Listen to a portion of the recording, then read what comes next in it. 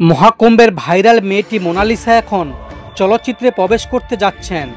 The diary of Manipur ছবির পরিচালক মনোজ মিত্রের বিরুদ্ধে গুরুতর অভিযোগ উঠেছে। দাবি করা হয়েছে যে মোনালিসা এখন এক ফাঁদে আটকে পড়েছেন।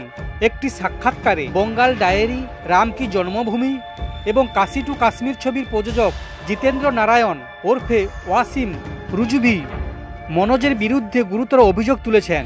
তিনি বলেন, মনোজ মিত্র মদ্যপান করেন এবং ছবির সেটে মদ পান করে আসেন। মদ্যপানের পর তাকে মেয়েদের প্রয়োজন হয়। জিতেন্দ্র নারায়ণ আরও বলেন, মনোজ মিত্র অনেক ছবি তৈরির দাবি করেছেন, কিন্তু তার কোনো ছবি মুক্তি পায়নি এবং কোনো আয়ও হয়নি। তিনি বলেন, মোনালিসার পরিবার খুবই সরল। আমাদের ছবির শুটিং সিঙ্গাপুরে হচ্ছিল। সেখানে মনোজ মিত্র মদ্যপান শুরু করেন এবং সেটে উপস্থিত মহিলাদের সঙ্গে অসভ্য আচরণ করেন। পরিচালক মনোজ মিত্র সম্পর্কে বলা হয়েছে যে মহাকুম্ভে ভাইরাল হওয়া মোনালিসার পরিবার খুব সরল ছিল। মনোজ তাদের বাড়িতে গিয়ে কোনো প্রকার যাচাই ছাড়াই মোনালিসার পরিবার তাদের মেয়ে তাকে তুলে দেয়। উত্তরপ্রদেশে অনেক মেয়েই অভিযোগ করেছেন যে মনোজ মিত্র তাদের নায়িকা বানানোর প্রতিশ্রুতি দিয়ে মুম্বাই নিয়ে গিয়েছেন। সেখানে তিনি তাদের সঙ্গে অবৈধ কাজ করেছেন।